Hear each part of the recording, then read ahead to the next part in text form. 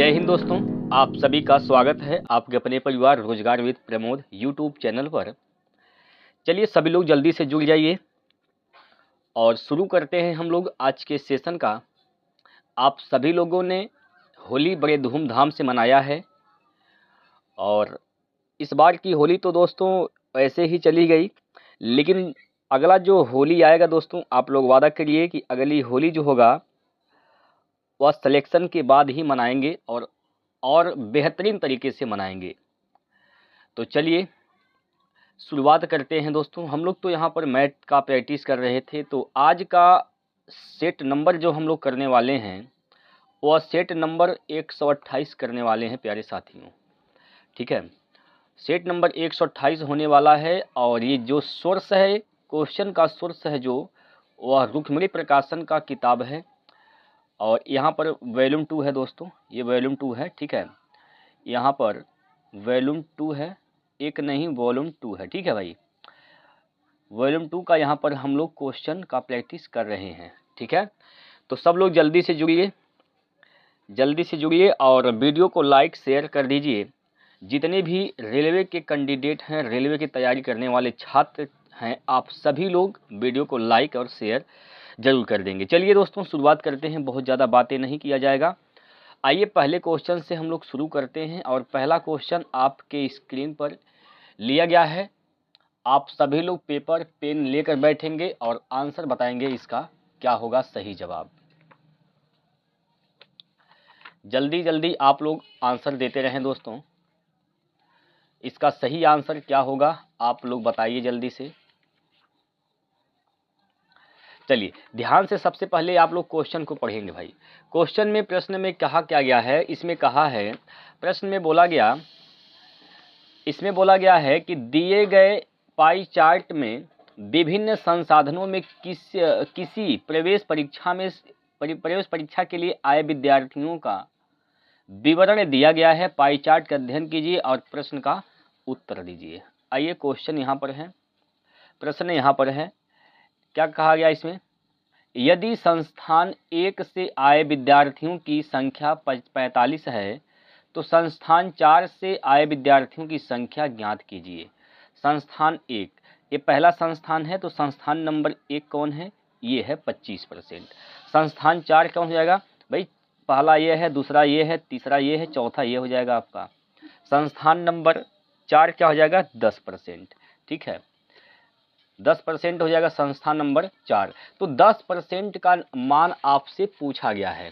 कितने परसेंट का मान पूछा गया है, तो 10% का ही मान आप लोगों से पूछा गया है। इसका जवाब आप सभी को देना है। तो भाई कुछ नहीं करना है, देखिए यहाँ पर 25% का मान तो दे ही रखा है। यहाँ पर 25% का मान कितना दिया गया है, तो 25% का मान दिया है कितना, कितना यहाँ पर 45 है। 25% का मान क्या है, 45 है। तो 10% का मान बताइए क्या होगा, 10% का मान कितना हो जाएगा, तो 45 बटे में 25 गुणे 10। ठीक, काट पीट कर दीजिए, जो काटने वाला है काट देंगे भाई। 5 से काटेंगे 5 9 45, 5 से काटेंगे 5 बचे 25, 5 से काटेंगे 2 बार में कट जाएगा, तो 9 का गुना 2 में तो क्या हो जाएगा 18।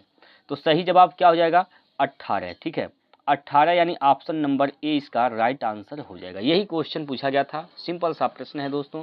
चलिए अगला प्रश्न है प्रश्न नंबर 2, सब लोग करिए आंसर बताइए। 10% वार्षिक साधारण ब्याज की दर पर 5 वर्ष में 9600 के ऋण को चुकाने हेतु आवश्यक वार्षिक किस्त ज्ञात कीजिए। मेरे दोस्तों साधारण ब्याज में अगर किस्त वाले प्रश्न बनते हैं तो कैसे लगाना होता है, इसको जरा आप लोग ध्यान से समझेंगे। देखिए भाई, आप क्या करिए, यहाँ पर 5 वर्ष की बात है तो 5 वर्ष यहाँ पर बना लीजिए। पहला वर्ष ए है, फिर बी है, फिर सी है, फिर डी है और लास्ट का जो वर्ष हो जाएगा ई हो जाएगा। हमने मान लिया कि प्रत्येक किस्त क्या है 100 है, प्रत्येक किस्त क्या है 100 है। अब यहाँ पर हमने कहा भाई 100 रुपये, तो लास्ट में जब आप जाएंगे तो 100 रुपया देंगे, आपका किस्त का छुटकारा खत्म हो जाएगा, आपका पूरा समाप्त हो जाएगा। 100 पर अगले वर्ष में यहाँ पर ब्याज लगेगा। अगले वर्ष में ब्याज कितने साल पर, कितने साल पर लगेगा ब्याज भाई, इसका 10% ब्याज लगेगा। 10% अगर इसका ब्याज लगाते हैं तो क्या हो जाएगा 110 हो जाएगा, 110। और इसमें खास बात ये है कि इसमें जो ब्याज लगता है हमेशा मूलधन पर लगता है, ठीक है, लेकिन चक्रवृद्धि ब्याज में ब्याज के ऊपर ब्याज लगता है, मतलब चक्रवृद्धि ब्याज में मिश्रधन पर ब्याज लगता है, असाधारण ब्याज में मूलधन पर ब्याज लगता है। तो ये यहाँ पर जो किस्त हमने माना है 100, उसी पर हमेशा ब्याज लगेगा। अगले वर्ष जाएंगे फिर इस पर 10% ब्याज लगेगा, 110 हो जाएगा। तो 110 प्लस 101 भाई 10 ब्याज लगेगा, 100 पर 10% के हिसाब से 10 रुपये ब्याज लगेंगे। तो 110 प्लस 10 120 हो जाएगा, 120। अगला फिर इस पर 10% का ब्याज 10 रुपये ब्याज लगेगा, 120 प्लस 10 यानी 130 यहाँ पर हो जाएगा। अगला 100 रुपये पर 10% ब्याज, फिर 130 प्लस 140 यहाँ पर ब्याज हो जाएगा। बात समझ पाए दोस्तों? यानी जब पहला वर्ष जाएंगे आप पहले साल में, तो आपको कितना देना पड़ेगा मिश्रधन? 140। और इसके पहले उसके बाद जाएंगे तो 130 देना पड़ेगा। उसके बाद जाएंगे तो 120 देना पड़ेगा। फिर उसके बाद जाएंगे तो 110 देना पड़ेगा। और फाइनली जब लास्ट ईयर में जब पहुंचेंगे 5वें साल में, तो 5वें साल में आपको मात्र 100 रुपये ही देना पड़ेगा। ठीक है, ये इसका फंडा होता है। एक बार आप लोग ये बता दीजिए कि यह चीज़ आपको समझ में आया है कि नहीं आया है। पहला किस्त हमने क्या कहा? पहला किस्त हमने मान लिया 100 है। अब इस पर ब्याज लगेगा 10% के हिसाब से, ठीक है, पहले वर्ष तो 110। फिर इस पे अगला वर्ष 110 10 पर 10%, तो 10% ब्याज 10 रुपये हो जाएगा। 110 प्लस 10 120, फिर ऐसे 30, फिर 40, ऐसे ब्याज हो जाएगा। टोटल ये क्या है? अमाउंट है, मिश्रधन है। टोटल क्या है? अमाउंट यानी मिश्रधन है। कितना चुकाया गया है? 9600। ये कितना चुकाया गया है? सबको जोड़ दीजिए। सबको जोड़ेंगे तो क्या हो जाएगा? सबको जोड़ेंगे तो क्या होगा भाई? देखिए 0 4 3 7 2 9 1 10 के 0 हासिल का 1 1 2 3 4 5 और 1 6, ये 600 अनुपात हो जाएगा। 600 का मान क्या हो जाएगा यहाँ पर? 9600। 600 का मान क्या है? 9600। तो आपसे पूछा गया प्रत्येक किस्त का मान क्या है? हमने प्रत्येक किस्त को क्या माना है? 100 माना है। 100 अनुपात का मान निकालना है, तो 100 का मान निकाल देंगे तो क्या हो जाएगा भाई? देखिए 100 का मान निकालिए। पहले यहाँ पर जो कटने वाला इसको काट देंगे। 0 से 0 कट जाएगा, 6 से काटेंगे, 6 कम 6 3 बचेगा, 6 छवा के 36, 16 छका 96, यानी एक अनुपात का मान क्या हो जाएगा? 16। तो 100 का मान निकालना है, 100 से कर देंगे गुणा, तो क्या हो जाएगा? 1600। 1600 इसका राइट आंसर होगा option number A. Option number A इस प्रश्न का बिल्कुल सही जवाब होगा। बात क्लियर है? चलिए आगे चलते हैं। अगला प्रश्न, इसको बनाइए सभी लोग। 8 प्लस 4 कड़ी में 2 और 6 माइनस 3 कड़ी में 2 का मध्यानुपाती ज्ञात कीजिए। मध्यानुपाती निकालने का तरीका क्या होता है? अंडर रूट में दोनों का मल्टीप्लाई, दोनों का गुना कर देंगे। तो 8 प्लस 4 कड़ी में 2 का गुणा कर देना किसमें? 6 माइनस 3 कड़ी में 2 में। ठीक है, तो गुणा करेंगे तो क्या होगा भाई? गुणा करेंगे तो यहाँ पर 6 का गुना 8 में, तो 8 6 48, ठीक है 48। और फिर 8 का गुना माइनस का 3 कड़ी में 2 में, तो 8 त्रिक 24, माइनस का हो जाएगा यहाँ पर 24 कड़ी में 2। फिर 4 कड़ी में 2 का गुना 6 में करेंगे, 6 चौको 24 प्लस का 24 कड़ी में 2, और 4 कड़ी में 2 में गुना करना है आपको 3 कड़ी में 2 में। ठीक है, तो 4 3 12 दूनी 24, यहाँ पर माइनस का क्या हो जाएगा? 24। ठीक है, चलिए यहाँ पर गौर से समझेंगे। ये 24 कड़ी में 2 प्लस है, 24 कड़ी में 2 माइनस, यहाँ पर कैंसिल हो जाएगा। अब 48 में से 24 घटा देना है, तो क्या बचेगा? कड़ी में 24 बचेगा, 24 बचेगा। 24 का वर्गमूल निकालेंगे तो क्या होता है भाई? 24 का वर्गमूल 6 चौको 24, 6 चौक 24, यानी 4 का वर्गमूल 2 हो जाएगा, अंडर रूट में 6 आ जाएगा, यानी 2 कड़ी में 6। 2 कड़ी में 6 ऑप्शन नंबर बी इसका सही जवाब हो जाएगा। ठीक है, चलिए अगला प्रश्न है, इसको बनाइए। देखिए दोस्तों, यहाँ पर कहा गया है इसमें ए और बी की वर्तमान आयु का योगफल क्या है? 80 वर्ष है। यदि 8 वर्ष बाद उनकी आयु का अनुपात 17 संबंधी 15 होगा, तो बी की वर्तमान आयु ज्ञात कीजिए। 8 वर्ष बाद आयु की बात बोला गया है, 8 वर्ष बाद। तो वर्तमान में उनकी आयु क्या है? 80 वर्ष है। 8 वर्ष बाद आयु का अनुपात क्या हो जा रहा है? 17 संबंधी 15। 17 संबंधे 15। तो 8 साल पहले अगर जाएंगे तो वर्तमान में पहुंच जाएंगे। वर्तमान में जाने के लिए यहाँ घटाना पड़ेगा। तो 8 साल उम्र ए का घटाएंगे, 8 साल बी का घटाएंगे, तो योगफल में से कितना घटाना पड़ेगा? 16। तो 80 में से 16 घटा दीजिए, कितना हो जाएगा? 80 में से 16 घटाइए तो कितना हो जाएगा? 64। 64 यानी 17। अब ये क्या चल गया? ये पहुंच गया कहाँ का मान? यह है वर्तमान आयु दिया गया था, ठीक है, वर्तमान आयु का योगफल दिया गया था। 8 वर्ष बाद उनकी आयु का अनुपात क्या है? ये है, ठीक है, 8 वर्ष बाद उनकी आयु का योगफल ये है।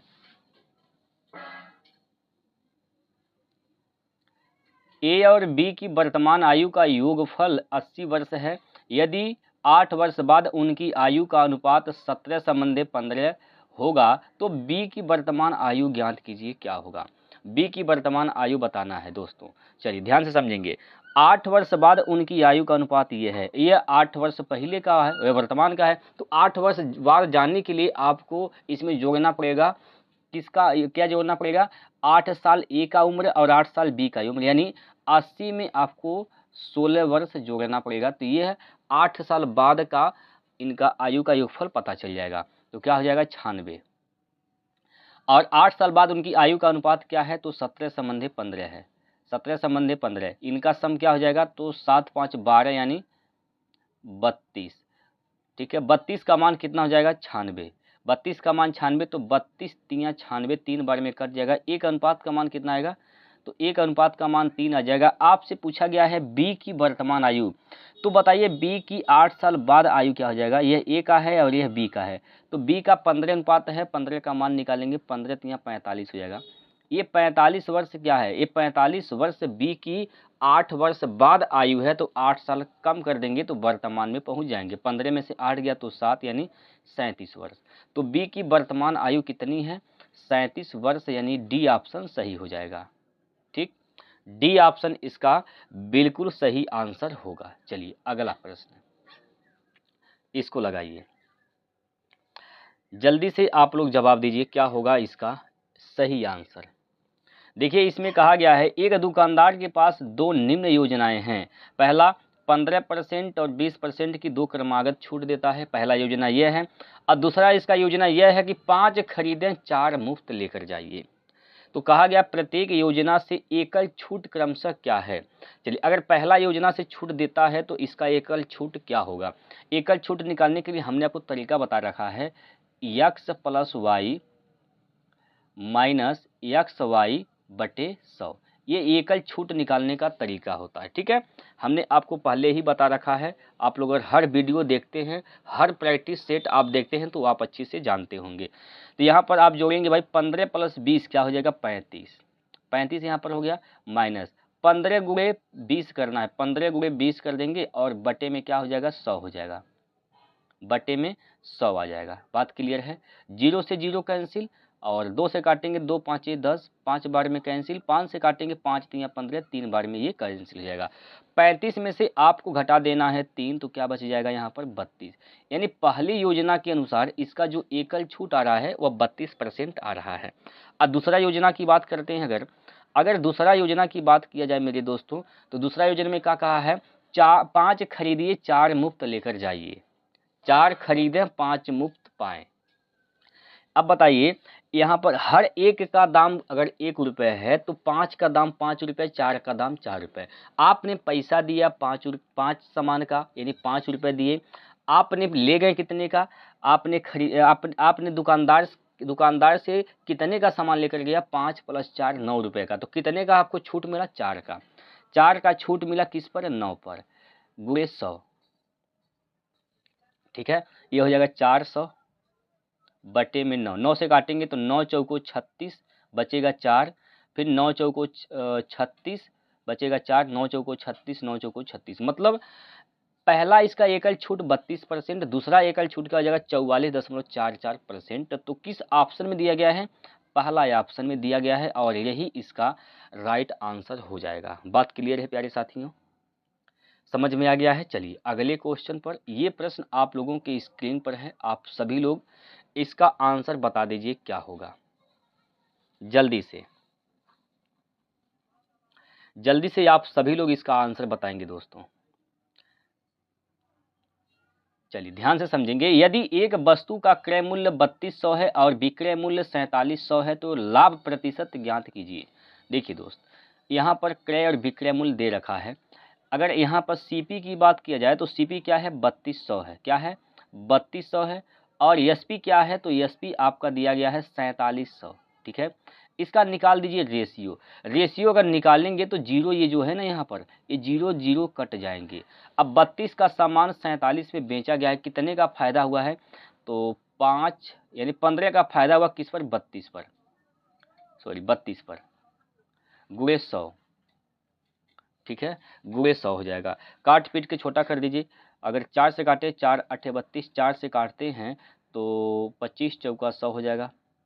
ठीक, 15 पाँचे 75 के 5 हासिल का 7, 15 दूना 30, 7 37, 375 बटे 8, 8 से भाग करेंगे तो 8 त्रिक 24, 8 चौको 32, 8 चौक 32, 8 चौक 32, 5 37, 5 बचेगा, हो जाएगा 55, 8 7 56, नहीं 8 है 6 48, 8 6 48, 48 और 7 55, यानी 7 46 सही 7 बटे 8 इसका सही जवाब आएगा।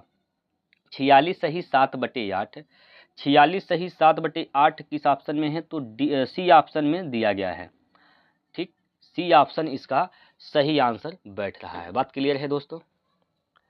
चलिए अगला प्रश्न, प्रश्न नंबर 7वां लगाइए सभी लोग। सभी लोग इसका उत्तर बताइए क्या होगा। देखिए, इस सवाल में कहा गया है कि यदि एक घन का आयतन 512 सेंटीमीटर क्यूब है और घन तो घन के मुख्य विकर्ण की माप ज्ञात कीजिए। घन का विकर्ण बताना है दोस्तों। घन का विकर्ण कैसे निकालते हैं, जरा ध्यान से आप लोग समझेंगे। सबसे पहले क्या दिया गया है, घन का आयतन दिया गया है। घन का आयतन होता क्या है, घन का आयतन होता है ए का क्यूब। क्या होता है, ए का क्यूब। तो ए का क्यूब कितना है, 512 दिया गया है, 512। तो ए का मान अगर निकालेंगे, ए क्या है, भुजा है, ए का मान निकालेंगे तो क्यूब रूट हो जाएगा किसका, 512 का। 512 का क्यूब रूट कितना आ जाएगा, तो ए का मान हो जाएगा 8, क्योंकि 512 का क्यूब रूट यानी घनमूल 8 होता है, 8 का घन 512 होता है। ठीक है, चलिए आपसे पूछा गया है घन का मुख्य विकर्ण की लंबाई बताइए। तो घन का विकर्ण क्या होता है, √3a।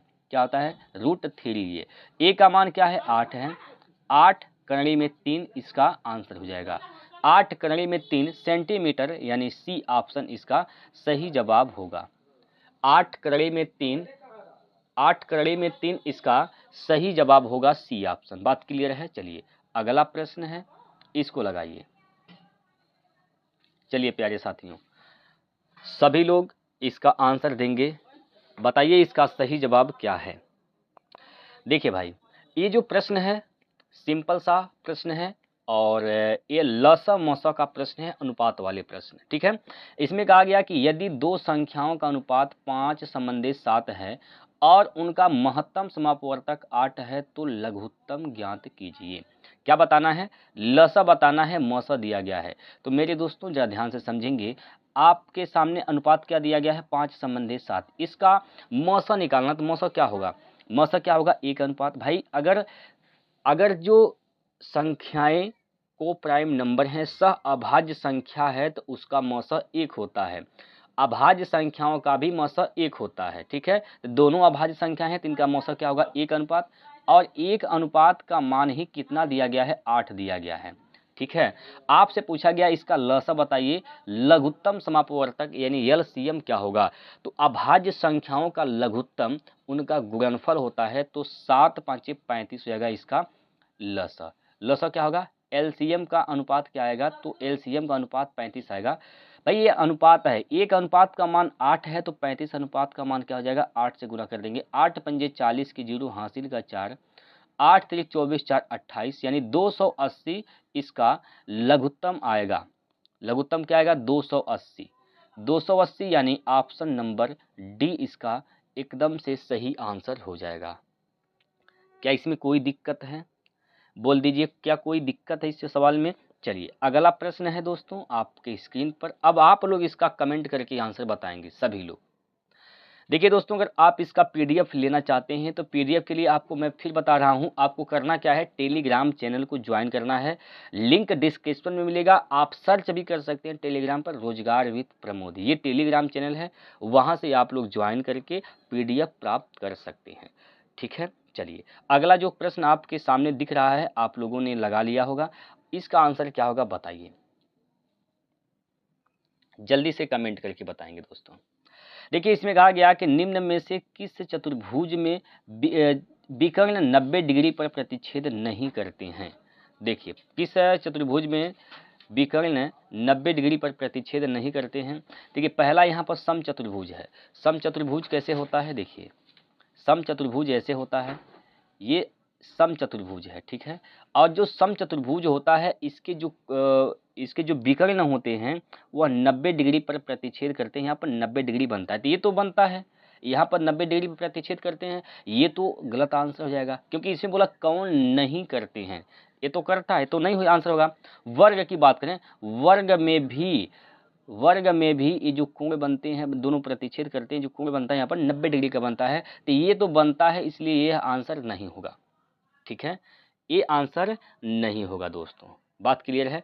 पतंग, ये जो पतंग बनता है दोस्तों, इस प्रकार से ऐसे पतंग होता है, ठीक है, तो इसके भी विकर्ण एक दूसरे पर 90 डिग्री पर प्रतिच्छेद करते हैं, तो ये तो प्रतिच्छेद करते हैं, तो इसलिए यह आंसर नहीं होगा। समांतर चतुर्भुज, समांतर चतुर्भुज कैसे होता है दोस्तों, समांतर चतुर्भुज ऐसे होता है, देखिए यह समांतर चतुर्भुज होता है, ठीक है। अब इसके जो विकर्ण होते हैं यहाँ पर 90 डिग्री का कोण नहीं बनाते हैं, ठीक है, ये 90 डिग्री का कोण नहीं बनाते हैं, तो यही इसका सही जवाब हो जाएगा क्वेश्चन के अनुसार। क्वेश्चन में कहा गया था कि कौन सा ऐसा चतुर्भुज है जो 90 डिग्री पर प्रतिच्छेद नहीं करते हैं, उनके विकर्ण, तो समांतर चतुर्भुज जो होता है उसके विकर्ण 90 डिग्री पर प्रतिच्छेद नहीं करते हैं। क्लियर है। समांतर चतुर्भुज दोस्तों ऐसे होता है, थोड़ा यहाँ पर हमने मिस्टेक बता दिया। समांतर चतुर्भुज जो होते हैं वह इस टाइप के होते हैं, देखिए ये होता है समांतर चतुर्भुज, ये आयत से बनते हैं, ठीक है।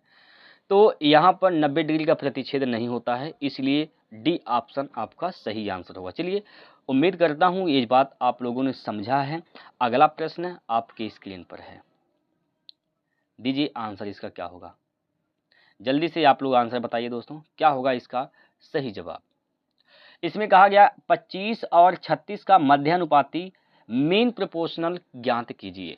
इसका मध्यानुपाती बताना है। मध्यानुपाती का अभी हमने आपको बताया क्या करते हैं मध्यानुपाती के लिए, इसका अंडर रूट में अंडर रूट निकाल देते हैं मल्टीप्लाई करके, तो ये हो जाएगा 25 गुना में कितना 36, 25 गुना 36, 25 का वर्गमूल 5 और 36 का वर्गमूल तो 6, 6 पंजे 30 इसका सही जवाब आएगा, ठीक, सी ऑप्शन। अगला प्रश्न है, इसको करिए। देखिए अब यहाँ पर आपको त्रिकोणमिति का वो फार्मूला पता होना चाहिए, ठीक है, जो मैं आप लोगों के सामने लिख रहा हूँ। सबसे पहले आप लोग इस फार्मूले को नोट कर लेंगे भाई। सबसे पहला काम तो ये करिए कि इस फार्मूले को आप सभी लोग अपने कॉपी में नोट करिए। देखिए अगर कभी भी सेक स्क्वायर थीटा, ध्यान से समझिएगा, सेक स्क्वायर थीटा और माइनस का ten square theta, minus ten square theta दिया हो तो इसका मान 1 होता है। एक तो ये फार्मूला, ठीक है। और एक और कोसेक स्क्वायर थीटा और माइनस का कॉट स्क्वायर थीटा, इसका भी मान क्या होता है 1 होता है। ये दो फार्मूले हैं, दोनों ही आपको पता होना चाहिए दोस्तों, ठीक है। चलिए आप लोग कॉपी में नोट कर लेंगे इस दोनों फार्मूले को। चलिए अब यहाँ पर आते हैं सवाल पर, यहाँ से गौर से समझेंगे, यहाँ पर गौर से समझेंगे दोस्तों, ठीक है। टेन 60 का मान, काट 30 का मान रखना पड़ेगा, ठीक है। तो बताइए टेन 60 का मान क्या होता है, कड़ी में 3, तो कड़ी में 3 का स्क्वायर करेंगे तो क्या हो जाएगा, 3 यहाँ से हो जाएगा, क्या हो जाएगा 3 हो जाएगा, प्लस काट 30 का मान क्या होता, तो काट 30 का मान भी कड़ी में 3 होता है, स्क्वायर करेंगे तो 3 हो जाएगा, बटे बटे नीचे आएंगे। यहाँ पर अभी अभी हमने आपको क्या बताया है, टेन और सेक में क्या हमने आपको संबंध बताया है, टेन और सेक में हमने कहा कि अगर सेक प्लस में है टेन माइनस में होता तब जाके इसका जो मान होता है 1 होता है। यहाँ पर आइए, यहाँ पर सेक माइनस में है टेन प्लस में, तो आप यहाँ पर माइनस अगर कॉमन ले लेंगे तो अंदर का जो चिन्ह होगा वो बदल जाएगा। ठीक है, अंदर का चिन्ह क्या हो जाएगा, बदल जाएगा। तो ये हो जाएगा माइनस में, ये माइनस में हो जाएगा, ये माइनस प्लस में है तो माइनस हो जाएगा, और ये माइनस है तो प्लस हो जाएगा। ठीक है, तो यहाँ पर इसका मान क्या हो जाएगा, 1 हो जाएगा। भाई एक बार फिर समझिए, एक बार फिर समझिए दोस्तों, जैसे हमने ये कहा कि अगर आप माइनस कॉमन लेते हैं तो अंदर के चिन्ह बदल जाएंगे। अंदर के चिन्ह बदलने से तात्पर्य क्या है, ये टेन प्लस है तो ये माइनस हो जाएगा, ये माइनस हो जाएगा, और सेक माइनस है तो ये क्या हो जाएगा, प्लस हो जाएगा। तो सेक प्लस और टेन माइनस अगर है और थीटा का मान सेम है स्क्वायर में तो उसका मान 1 होता है, तो नीचे वाले का मान क्या हो जाएगा, माइनस का 1। यहाँ पर कोई दिक्कत नहीं है। आइए आगे, साइन 90, तो साइन 90 का मान क्या होता है, 1 होता है, प्लस कास 0 का भी मान क्या होता है, 1 होता है। ठीक है, और कोसेक स्क्वायर थीटा माइनस काट स्क्वायर थीटा, अभी अभी हमने आपको बताया है कि इसका मान क्या होता है, 1 होता है, तो इसका भी मान क्या हो जाएगा, 1 हो जाएगा। 1 1 2, यहाँ पर क्या हो जाएगा, 3 3 6, यानी ये तो माइनस का 6 हो गया, और माइनस 1 1 2 माइनस का 2 हो जाएगा, माइनस 6 माइनस 2 यानी माइनस का 8 आ जाएगा। तो -8 इसका सही जवाब ऑप्शन नंबर सी होगा। ठीक है, ऑप्शन नंबर सी इस प्रश्न का राइट आंसर हो जाएगा। ऑप्शन नंबर सी इस प्रश्न का राइट आंसर हो जाएगा। चलिए आगे बढ़ते हैं अगले क्वेश्चन पर। लगाइए इसको, देखिए प्यारे दोस्तों, 597 गुणे 603 का मान बताइए। सबसे पहले आपको क्या क्या इसमें अप्रोच लगाने हैं। देखिए भाई, सबसे पहले आप यहाँ पर क्या दिया गया है, 597 गुणे 603 दिया गया है। आप ये गुणा करने बैठेंगे तो गुणा नहीं करना है दोस्तों। देखिए करना क्या है, यहाँ पर करना इस ऐसे है, पहले आप इकाई अंक चेक करेंगे, हालांकि सभी के इकाई अंक 1 है तो इकाई अंक आप नहीं लगाएंगे। तब क्या करेंगे, अब आप यहाँ पर डिजिट सम लगाएंगे। क्या लगाएंगे भाई, डिजिटल सम लगाएंगे। डिजिटल सम कैसे लगाते हैं हमने आपको बता भी रखा है, जहाँ 9 बनता है ख़त्म कर देते हैं भाई, अंकों को जोड़ के 9 बनाते हैं, 9 को ख़त्म कर देते हैं, 9 को 0 मान लेते हैं, 9 माने कुछ ना। ठीक है, ये तो 9 बन रहा है, खत्म हो जाएगा। 7 5 12, 12 का मतलब डिजिट सम क्या होगा, 3, 12 का डिजिट सम 3 गुना 6 3 9, ये 9 हो जाएगा। अगर किसी भी संख्या में 9 का मल्टीप्लाई करते हैं तो उसका डिजिट सम 0 आता है। डिजिट सम क्या आएगा, डिजिट सम क्या आएगा, 0 आएगा। तो ऑप्शन में चेक कर लेंगे किस ऑप्शन का डिजिट सम 0 आ रहा है, किस ऑप्शन का डिजिट सम 0 आ रहा है दोस्तों, बताइए। अब यहाँ पर देखिए, पहले ऑप्शन पर आते हैं तो ये तो 9 9 9 खत्म, 5 4 9 खत्म, इसका डिजिट सम 1 आ रहा है, ये तो आंसर नहीं होगा। इस पर आइए, 9 9 9 खत्म, 5 5 10 1 11, इसका डिजिट सम 2 आ रहा है, ये भी आंसर नहीं होगा। इस पर आइए, 1 2 3 खत्म, और 6 5 11 1 12, इसका डिजिट सम 3 आ रहा है, ये भी आंसर नहीं होगा। अब ये एक ही बचा, यही इसका आंसर होगा। देखिए इसका डिजिट सम 0 आएगा, 9 खत्म 9 खत्म 9 खत्म, 5 3 8 है, 9 15, ये भी खत्म, तो इसका डिजिट सम क्या है, 0। यही ऑप्शन जो है सही है। अगर गुणा काफ़ी लंबा हो, डिजिट सम आप अप्लाई कर सकते हैं। सिंपल सा एक तरीका होता है दोस्तों, आसानी से आप उत्तर तक पहुंच सकते हैं। चलिए अगला प्रश्न है, इसका उत्तर दीजिए। यदि एक वाहन की चाल में 10 किलोमीटर प्रति घंटे की कमी होती है तो इसे 1800 किलोमीटर की दूरी को तय करने में सामान्यतः लगने वाले समय से 2 घंटे अधिक समय लगता है। इसके द्वारा उस दूरी को तय करने में सामान्यतः लगने वाला समय ज्ञात कीजिए। आइए दोस्तों, यहाँ पर दोस्त ऑप्शन से हल करेंगे, आसान होगा। 1800 किलोमीटर की टोटल डिस्टेंस है। अगर इसको तय किया जा रहा है, अगर मान लेते हैं हम इसको तय कर रहे हैं 10 घंटे में, 10 घंटे में अगर हम तय कर रहे हैं तो इसका स्पीड क्या होगा भाई, 180 आएगा, इसका स्पीड 180 आएगा। ठीक है, अब 1800 का ही डिस्टेंस अगर हम 2 घंटे कम में अगर चलते हैं, यानी 8 में चलते हैं, तो कितना आ रहा है, 8 से काटिए, 8 दूनी 16 और 2 बचेगा, 8 दूनी 16, 4 8 बचे 40। यहाँ से तो डिफरेंट 10 का नहीं आ रहा है भाई, हमें जो अंतर आना चाहिए किलोमीटर प्रति स्पीड का जो अंतर आना चाहिए वो 10 का आना चाहिए, तो पहले से काम नहीं बना, पहला आंसर तो सही नहीं हो सकता है। अब आइए चेक करते हैं क्या दूसरा ऑप्शन सही हो सकता है। ऐसे ही आपको चेक करना है दोस्त, ऐसे चेक करना है। तो दूसरा ऑप्शन तो नहीं हो सकता क्योंकि 19 है, कटवा नहीं करेगा। तीसरा से चेक कर देते हैं, 1800 किलोमीटर का दूरी है। अगर हम 18 की स्पीड से चलते हैं तो 100 किलोमीटर प्रति घंटा की स्पीड से चल रहे हैं, ठीक है। लेकिन अगर 1800 किलोमीटर की दूरी को ही अगर 2 घंटे कम में चलते हैं, इसका मतलब 16 की स्पीड से चलेंगे, 16 की स्पीड से चला जाएगा, ठीक है। 16 के स्पीड से नहीं क्या बोला, 2 घंटे ज़्यादा समय लगते हैं, माफ़ कीजिएगा, 2 घंटे ज़्यादा समय लगते हैं, यानी हम 20 की स्पीड से चलेंगे। किसकी स्पीड से? 20 की स्पीड से, क्योंकि इसने कहा है कि जब हम 10 किलोमीटर प्रति घंटा स्पीड कम करते हैं तो हमें 2 घंटा ज़्यादा लगता है। तो सामान्यतः समय जो है 18 घंटा है, स्पीड कम करते हैं 2 घंटा ज़्यादा समय लगता है, इसका मतलब 20 की स्पीड से 20 घंटा लगेगा हमें। इसको काटेंगे, 2 से काटेंगे, 90 बार में कट जाएगा, 90 दूना 180, यानी ये 90 किलोमीटर प्रति घंटा आ गया, ठीक है। जब 2 घंटा ज़्यादा लगा है तो हमने स्पीड कितना कम किया है? 10 किलोमीटर प्रति घंटा। देखिए भाई, इनका अंतर 10 का आ रहा है, इसका मतलब ऑप्शन नंबर 3 यानी सी से सेटिस्फाई हो रहा है, तो यही इसका सही जवाब हो जाएगा, ठीक है।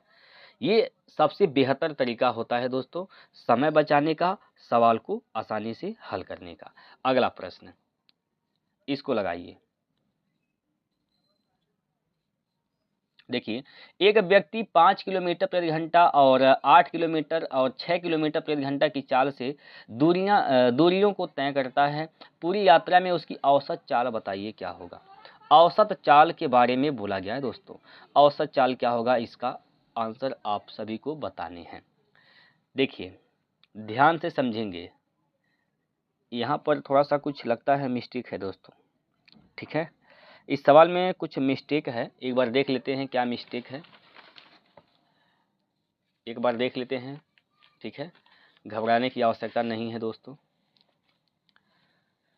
सवाल में कोई मिस्टेक है? नहीं दोस्तों, कोई मिस्टेक नहीं है, सब कुछ सही है, ठीक है।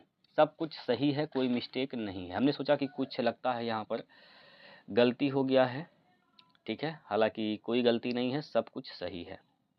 बात क्लियर है? चलिए, अब यहाँ से गौर से समझिए, इसका क्या निकालना है? औसत चाल निकालना है। तो औसत चाल निकालने का जो सबसे बेहतर तरीका होता है वो मैं आप लोगों को बता रहा हूँ। यहाँ पर क्या करना है, 5 किलोमीटर, सभी चाल को लिख लेना है। 5 किलोमीटर प्रति घंटा, 8 किलोमीटर प्रति घंटा, फिर 6 किलोमीटर प्रति घंटा, ये चाल हो गया। आपको क्या करना है, इनका लसर निकाल देना है। जो लसर आएगा आपका वही दूरी हो जाएगा, वो दूरी होगा। तो इनका लसर कितना आएगा? इनका लसर 120 आएगा। लसर क्या आएगा? 120 आएगा। ये कितने चाल हैं सर? 3 चाल हैं, तो आपको 3 से यहाँ पर गुना कर देने हैं, ठीक है। 3 से गुना कर देंगे। अगर 5 से भाग करते हैं, अभी 3 से गुना भी नहीं करना है, पहले आप क्या करिए, आप 5 से भाग करिए, पहले इनका हम समय निकालेंगे। तो 24 पंजे 120, यहाँ पर 24 किलोमीटर 24 घंटा या जो भी है 24 घंटा का समय आ जाएगा। 8 से काटेंगे 15 8 120, 15 यहाँ पर आ जाएगा। 6 से काटेंगे 6 दूनी 12, यानी यहाँ पर 20 आ जाएगा। अब आपको क्या करना है भाई, 3 चाल हैं, 3 से यहाँ पर गुना कर देने हैं, ठीक है। ये आपका टोटल दूरी हो जाएगा। टोटल दूरी बटे टोटल समय होता है औसत चाल। टोटल समय क्या हो जाएगा, 24 15 20 को जोड़ेंगे तो 9 और 2 1 3 2 5 यानी 59 आ जाएगा, ठीक है। तो 12 3 36 360 बटे में क्या होगा 59, बटे में कितना 59, ठीक है। भाग दीजिए 59 से, 59 से भाग करेंगे अगर तो कितनी बार में जाएगा बताइए। अगर आप 59 से भाग कर रहे हैं दोस्तों तो कितनी बार में भाग चला जाएगा बताइए। जल्दी से आप लोग कमेंट करके बताइए कितनी बार में चला जाएगा भाग।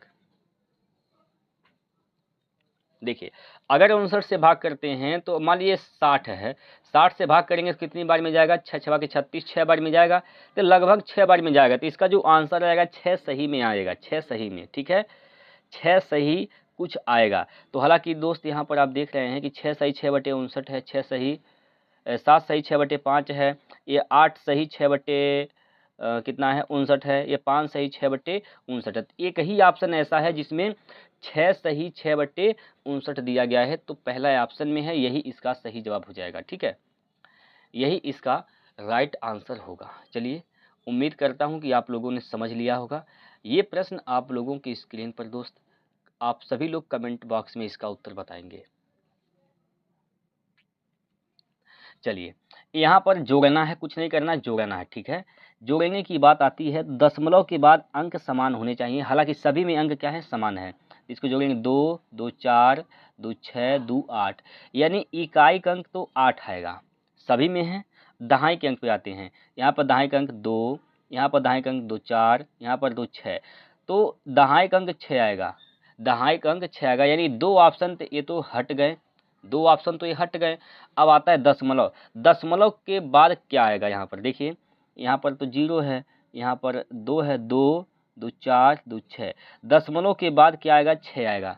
ठीक है, किस ऑप्शन में है, तो ऑप्शन नंबर डी में है, ये भी आपका खत्म हो जाएगा। ठीक है, ये भी आपका गलत, यानी डी ऑप्शन इसका राइट आंसर होगा। बात क्लियर है दोस्तों। चलिए, ये सवाल आप लोग लगाइए। यह सवाल आपके स्क्रीन पर है, बेहतर क्वेश्चन है, आप सभी लोग जवाब देंगे, इसका क्या होगा सही आंसर। देखिए प्यारे साथियों, एक निश्चित यात्रा का 1/3 भाग 25 किलोमीटर प्रति घंटा की चाल से, 1/4 भाग 30 किलोमीटर प्रति घंटा की चाल से, शेष भाग 50 किलोमीटर प्रति घंटा की चाल से तय किया जाता है।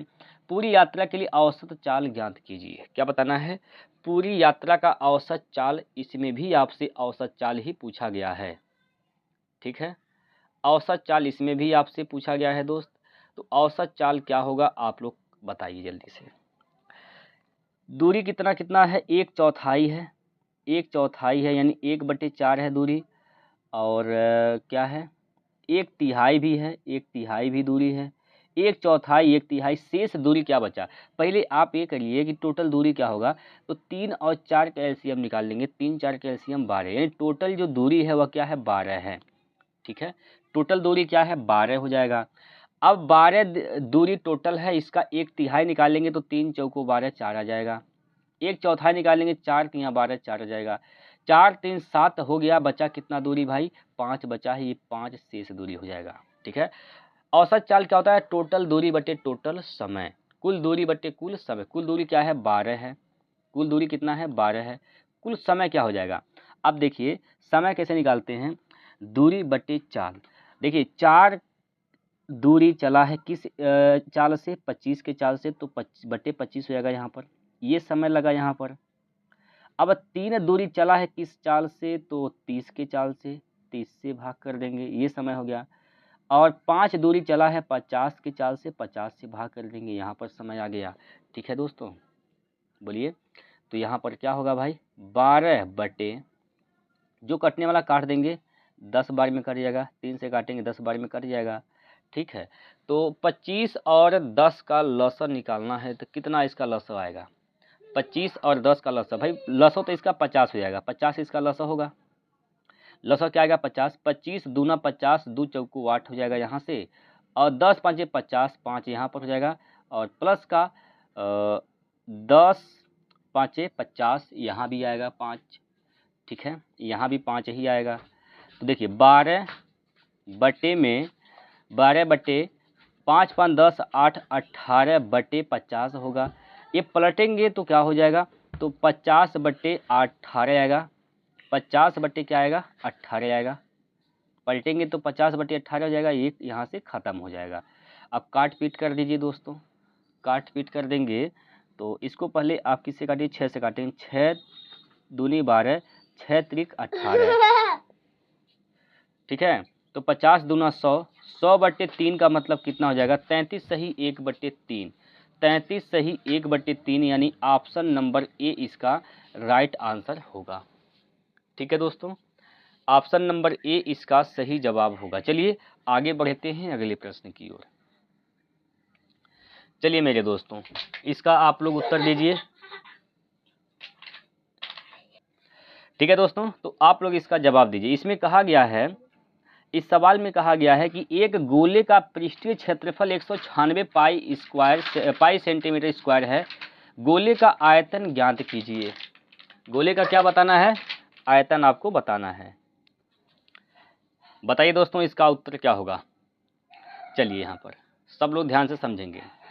एक गोले का पृष्ठीय क्षेत्रफल 196 पाई सेंटीमीटर स्क्वायर दिया गया है। गोले का पृष्ठीय क्षेत्रफल होता क्या है? 4 pi R square. 4 pi R square ये गोले का पृष्ठीय क्षेत्रफल होता है और ये कितना दिया है? 196 दिया गया है। ठीक है, अब देखिए 196 पाई दिया गया है। ठीक है, 196 पाई दिया गया है। बात क्लियर है दोस्तों? चलिए पाई से पाई यहाँ पर कैंसिल हो जाएंगे, पाई से पाई खत्म हो जाएगा। ठीक है, 4 से काटेंगे तो 4 चौको 16 बचेगा, 16 3 बचेगा, 4 9 36, यानी आर स्क्वायर का मान 49 हो जाएगा। तो आर का मान कितना हो जाएगा? 7। आर का मान कितना होगा? 7 होगा। आर का मान क्या होगा? 7, यानी त्रिज्या 7 पता चल गया। गोले का आयतन निकालना है। गोले का आयतन क्या होता है? गोले का आयतन होता है प्यारे दोस्तों 4/3 pi R cube. Pi R cube तो 4/3 पाई तो रखना है क्योंकि ऑप्शन में पाई है, पाई का मान नहीं रखना है। आर का मान 7, 7 का क्यूब 343 हो जाएगा। 343 गुना कर दीजिए, 7 4 तियाँ 12, इकाई का अंक 2 आएगा, सभी में है। चलिए करना पड़ेगा गुना। 4 तियाँ 12 के 2 हासिल का 1, 4 चौको 16 1 17 और हासिल का 1, 4 तियाँ 12 और 1 13। 1372 पाई बटे कितना होगा? 3। 1372 पाई बटे 3। तो कौन सा ऑप्शन सही है? ऑप्शन नंबर बी सही है। ठीक है, बी नंबर ऑप्शन इसका सही जवाब आ जाएगा। क्लियर है दोस्तों? बोलिए। चलिए भाई अगले प्रश्न की ओर। अगला प्रश्न है आप लोगों के स्क्रीन पर, तो दीजिए जवाब इसका क्या होगा भाई, जल्दी से आंसर बताइए। देखिए यक्स माइनस 1/x का मान 6 दिया है, तो यक्स का क्यूब माइनस का 1/x का क्यूब निकालना है। ठीक है, सिंपल सा प्रश्न है दोस्त। इसका मान दिया गया, इसका मान पूछा गया है, यक्स का क्यूब माइनस 1/x का क्यूब का मान निकालना है। तो आपको क्या करना, 6 का क्यूब कर देना, 6 का क्यूब कर देना है। 6 का क्यूब कर देंगे और क्या करेंगे, तो इसका 6 का क्यूब प्लस इस 6 का 3 गुना जोड़ देंगे इसमें। तो 6 का 3 गुना क्या होता है? 18। 6 का क्यूब क्या हो जाता है? 216। 216 प्लस 18 जोड़ेंगे तो कितना हो जाएगा? 8 6 14 के 4 हासिल का 1 1 1 2 और 1 3 2 324 आ जाएगा। कितना? 324, यानी कौन सा ऑप्शन सही है? 334, माफ कीजिएगा 334, यानी ऑप्शन नंबर सी सही है। ऑप्शन नंबर सी इसका राइट आंसर हो जाएगा। ठीक है, आइए अगले प्रश्न की ओर। प्रश्न नंबर 19। अब इसका जवाब आप लोग देंगे कमेंट करके। प्रश्न नंबर 19 बोर्ड मास वाले प्रश्न है, इसका सभी लोग जवाब दीजिए कमेंट बॉक्स में क्या होगा। आगे बढ़ते हैं हम लोग अगले प्रश्न की ओर। ये प्रश्न आपके स्क्रीन पर बहुत बेहतरीन सा क्वेश्चन दिया गया है मेरे दोस्त, तो सब लोग इसका उत्तर बता दीजिए क्या होगा इसका राइट आंसर। प्रश्न में क्या बोला गया है, सबसे पहले आप प्रश्न को पढ़िए ध्यान से। इसमें कहा गया कि यदि एक समबाहुभुज के प्रत्येक अंतःकोण का माप 144 डिग्री है तो इसकी भुजाओं की संख्या ज्ञात कीजिए। कितनी भुजाएं हैं आपने यहाँ पर निकालने हैं। ठीक है, कितनी भुजाएं हैं आपसे पूछा गया है। देखिए प्रत्येक भुजा अगर निकालनी है तो इसका फार्मूला होता है n माइनस 2 इंटू 180 बटे n बटे बराबर, ये क्या है? यही आपका प्रत्येक भुजा है। ठीक है, अब प्रत्येक माफ कीजिएगा प्रत्येक कोण है, प्रत्येक कोण कितना है? 144 है, तो ये 144 के बराबर हो जाएगा। ठीक है, हमें तो n का मान निकालना है, हमें n का मान निकालना है दोस्त। बोलिए क्या निकालना है? n का मान निकालना है। अब n का मान निकालना है तो यहाँ पर पहले इसको काट के छोटा कर देंगे। 2 से काटेंगे या 4 से काट दीजिए। 4 से काटेंगे, 4 चौको 16, 2 बचेगा, 4 पंजे 20, 45 यहाँ पर हो जाएगा। 4 से काटेंगे तो 4 तियाँ 12,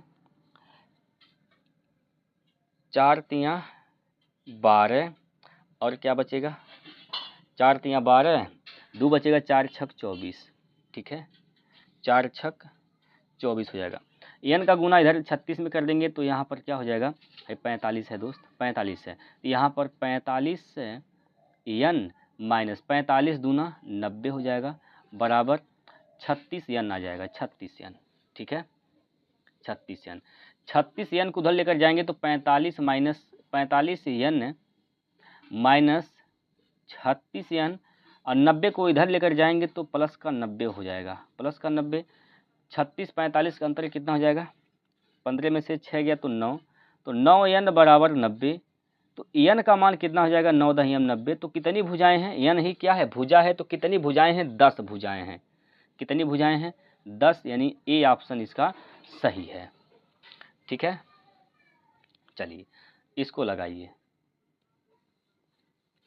इस सवाल को जल्दी से आप लोग लगाइए।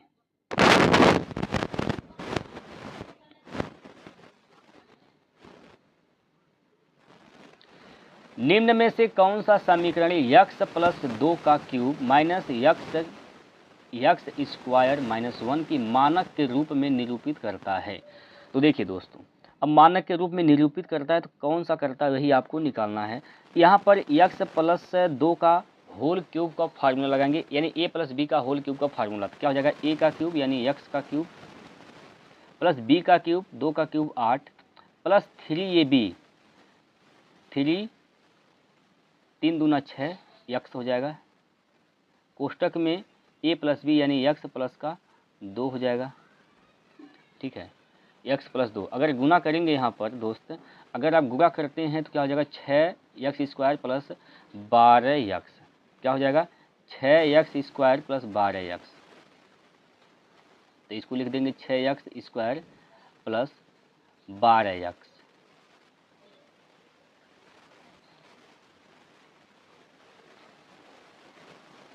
ठीक, बराबर। इसको भी आप हल करेंगे तो क्या होगा, यक्स का क्यूब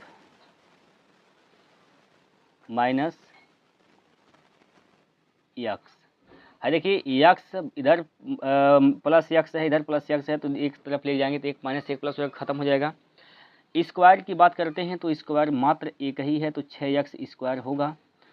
एक घात पर आते हैं तो यहाँ पर 12 यक्स है, ये माइनस का 1 यक्स है, इसको इधर ले जाएंगे तो प्लस का 13 यक्स हो जाएगा, प्लस का 13 यक्स, और क्या बच जाएगा, तो प्लस का 8 बचेगा, बराबर 0।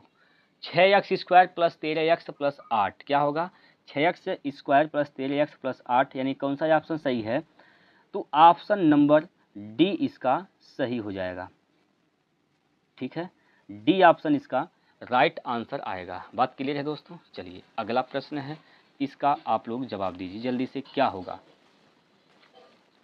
जल्दी से आप लोग उत्तर बताइए दोस्तों। देखिए इसमें कहा गया कि प्रेक्षणों 2 6 3 9 5 6 7 8 4 6 10 6 और 11 का बहुलक बताना है। तो बहुलक क्या होता है, जो संख्या ज़्यादा बार लिखी होती है वही उसका बहुलक होता है, ठीक है, जो संख्या ज़्यादा बार होती है वही क्या होता है, बहुलक होता है। तो आप ये चेक करिए 10 कितनी बार है, तो 10 कितना बार है, 10 मात्र एक बार है, तो यहाँ पर एक बार 10 है। 11 कितनी बार है, 11 कितनी बार है भाई, एक बार 11 है, तो एक बार 11 यहाँ से हो जाएगा। 6 कितनी बार है, 1 2 3 4, 4 बार 6 है। 7 कितने बार है, तो 7 एक बार है, एक बार 7। सबसे ज़्यादा बार कौन यूज किया गया है, 6 को, कितनी बार, 4 बार। तो जो सबसे ज़्यादा बार लिखा जाता है वही बहुलक होता है, तो सी ऑप्शन इसका सही हो जाएगा 6, ठीक है दोस्तों, समझ में आ गया। चलिए अगला प्रश्न है, आप लोगों की स्क्रीन पर आप सभी लोग इसका उत्तर बताएंगे क्या होगा, जल्दी से जवाब दीजिए साथियों। देखिए इसमें कहा गया है, इस सवाल में कहा गया है कि एक संख्या के 2 गुने और 52 के 3 गुने का योगफल 342 है, संख्या के 4 गुने और 52 के 2 गुने का योगफल ज्ञात कीजिए। तो पहले आपको संख्या पता करनी है। देखिए एक संख्या हमने मान लिया यक्स है, इसका 2 गुना, संख्या के 2 गुने और 52 के 3 गुने का योगफल। 52 के 3 गुने यानी 3 गुणे 52, 3 गुणे 52 का योगफल क्या है? 342 है, 342 है। तो x का मान निकालना है। 2x का मान क्या हो जाएगा? 52 3 दूना 6 और 3 5 15, 156 होगा। 3 दूना 6 3 5 15, ठीक है। घटाएंगे अगर 12 में से 6 गया तो 6 बचेगा, और 13 में से 5 गया तो 8 बचेगा, 2 में से 1 गया तो 1 बचेगा। 2 से काटेंगे x का मान निकल जाएगा। 2 से काटेंगे 2 9 18, 2 3 6, x का मान 93 आ गया। अब कहा कि वो संख्या के 4 गुने, इसका 4 गुना, इसका 4 गुना और 52 के 2 गुने का योगफल। 52 का 2 गुना कर देंगे, 52 का 2 गुना का योगफल बताइए क्या होगा? तो देखिए 4 तिया 12 के 2 हासिल का 1, 4 9 36 और 1 37, 372 प्लस 2 दूनी 4 हो जाएगा, ठीक है। अब 5 दूनी 10, 104 जोड़ेंगे तो 4 2 6 और 7 3 1 4, 476 आएगा, 476 आएगा। तो बी ऑप्शन में दिया गया है, ठीक है, 476। कोई दिक्कत है दोस्त? बताइए, क्या इसमें कोई दिक्कत है आप सभी को? बताइए। चलिए भाई, अगला प्रश्न है, लगाइए।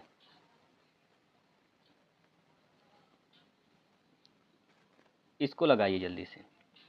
दो संख्याओं का लघुत्तम समापवर्तक और महत्तम समापवर्तक क्रमशः 459 और 3 है। यदि एक संख्या 51 है, दूसरी संख्या बताइए। सिंपल सा बात है, पहली संख्या गुणे दूसरी संख्या बराबर LCM गुणे HCF, ये होता है। देखिए, एक संख्या कितना है? 51 है। दूसरी संख्या निकालना है। LCM कितना है? 459 है। LCM कितना है? 459। HCF कितना है? 3 है, ठीक है। दूसरी संख्या क्या हो जाएगा? 51 से भाग करना है। 51 से भाग कर देंगे तो कितनी बार जाएगा बताइए? अगर आप 51 से भाग करते हैं, 17 तिया 51, अच्छा ये 3 से कट जाएगा 17 बार में, ठीक है। 17 से इसको काटेंगे, 17 दूना 34, 17 दूना 34। शुरुआत 2 से होगा। ये 2 ऑप्शन तो खत्म हो गए, 2 ऑप्शन बच गया दोस्तों। 17 दूना 34, कितना बचेगा यहाँ से? 119 हो जाएगा, 119। 17 7 119, यानी या दूसरी संख्या जो आएगा वो कितना आ जाएगा? 27। दूसरी संख्या क्या आएगा? 27 आएगा, डी ऑप्शन। चलिए इसको लगाइए।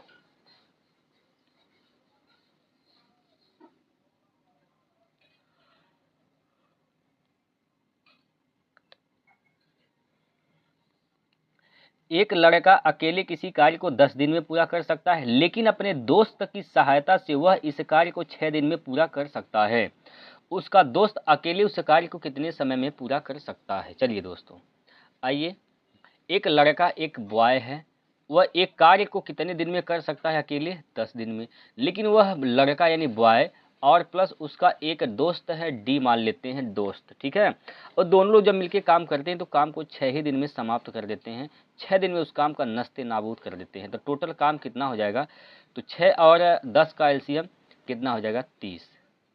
30, 10 तिया 30, 6 पंजे 30। हमसे पूछा उसका दोस्त अगर अकेले कार्य करेगा तो कितने दिन में काम कर पाएगा। तो हमें दोस्त की क्षमता चाहिए, तो दोस्त की क्षमता से भाग कर देंगे टोटल काम में। भाई अगर बी का अकेले क्षमता 3 है और दोनों का क्षमता में दोनों का मिलाकर 30 है, सॉरी माफ कीजिएगा दोस्तों, अगर बी के क्षमता अकेले कितना है? 3 है, दोनों का मिलाकर 5 है, तो डी का कितना होना चाहिए? 2, तभी ना दोनों जुड़ के 5 बनेगा। तो डी की क्षमता क्या हो जाएगी? 2। तो 2 से भाग करेंगे 15 बार में जाएगा। तो 15 दिन में उसका दोस्त अकेले कार्य को समाप्त कर देगा, ठीक है भाई, 15 दिन। आइए अगला प्रश्न है, लगाइए।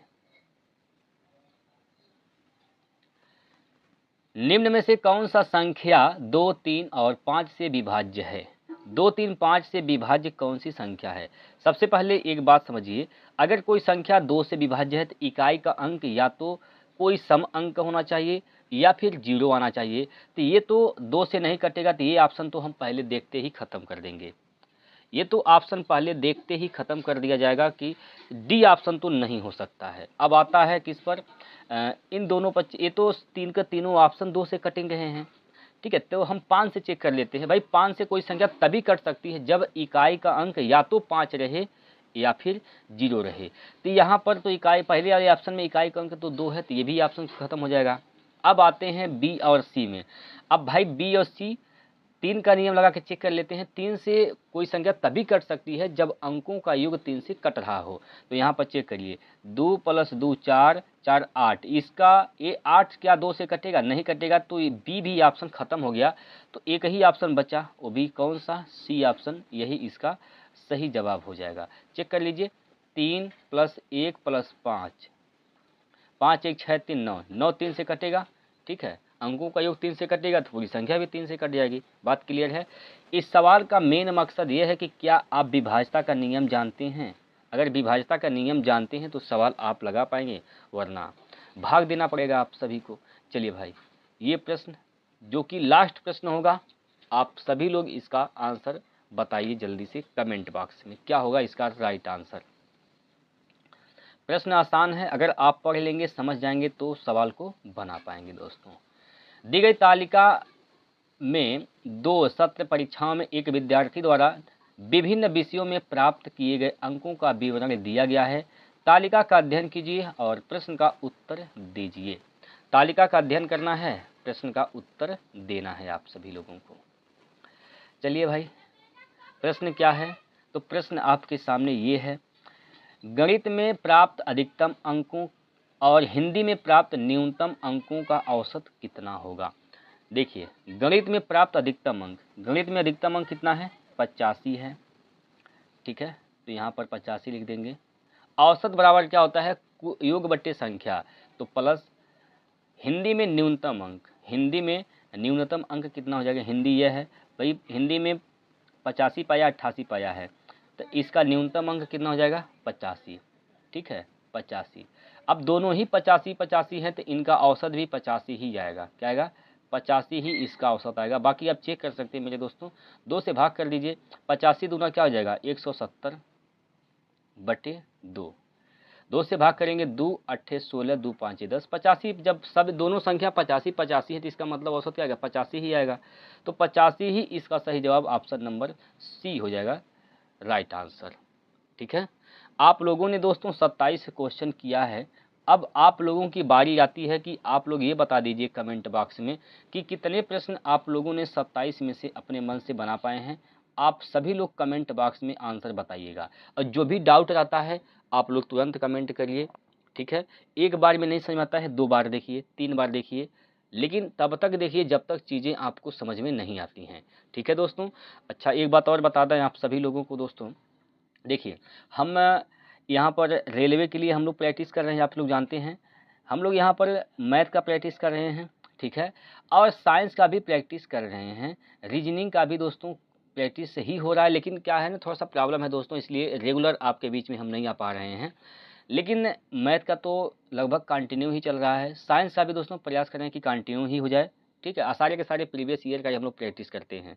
और बस दोस्तों, रीजनिंग भी हम लोग शुरू करने वाले हैं। लेकिन सबसे खास बात एक और है दोस्त, जो लोग अग्निवीर के विद्यार्थी हैं, अग्निवीर वाले जो छात्र हैं या जिनको आप जानते हैं उन लोगों को आप बताइए कि अग्निवीर के लिए भी हम लोगों ने शुरुआत कर दिया प्रैक्टिस करना। तो हम लोग मैथ का प्रैक्टिस कर रहे हैं अग्निवीर का, साइंस का प्रैक्टिस कल से स्टार्ट हो जाएगा, ठीक है दोस्त। तो अग्निवीर वाले भी आप लोग जुड़िए, और रेलवे वाले तो आप लोग देख ही रहे हैं, ठीक है दोस्त। तो चलिए अब समाप्त करते हैं अपनी बातों को, कल फिर मिलते हैं अगले प्रैक्टिस सेट को लेकर। तब तक के लिए जय हिंद, जय भारत।